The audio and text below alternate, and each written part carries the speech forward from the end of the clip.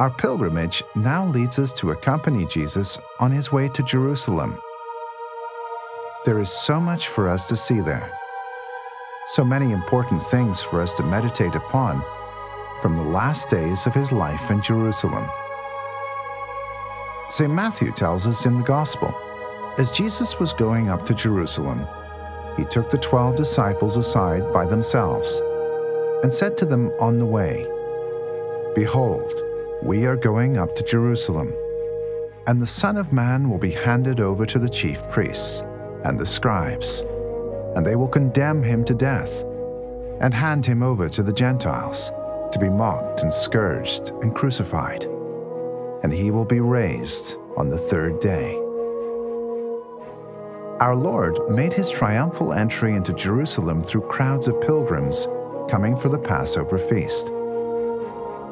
At the site where we now see the church of Dominus Flevit, Jesus paused and wept for Jerusalem. Small jars on the corners of the chapel represent the ancient tradition of collecting the precious tears of emperors and kings.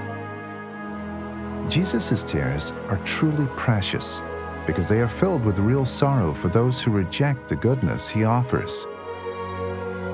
Sorrowfully, the cross on the altar and the window of this chapel line up with Calvary, the scene of the crucifixion.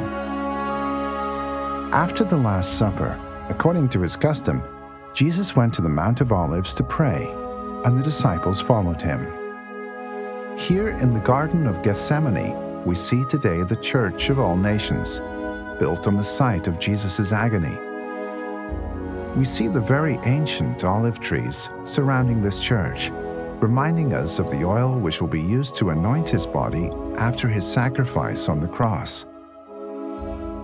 Depicted in the mosaics on the walls of the church, Jesus kneels on the rock in intense prayer. "My Father, if it is possible, let this cup pass from me. Yet not as I will, but as you will." The apostles are close at hand. "Pray with me," he says. In silence and deep prayer, we accompany him. From the garden, Jesus is captured and taken to be tried, beaten, scourged, mocked, and condemned to death. He then takes up his cross. The Via Dolorosa, Way of the Cross, takes us through the symbolic stations marked along the narrow streets of Jerusalem. Lined by different stalls selling food, clothing, and souvenirs, the crowds pay no attention to the group of pilgrims. Perhaps we are a little shocked at this, and then we recall this is the way Jesus went, crushed by the weight of the cross and surrounded by the noise of the crowds, many turning away or mocking him.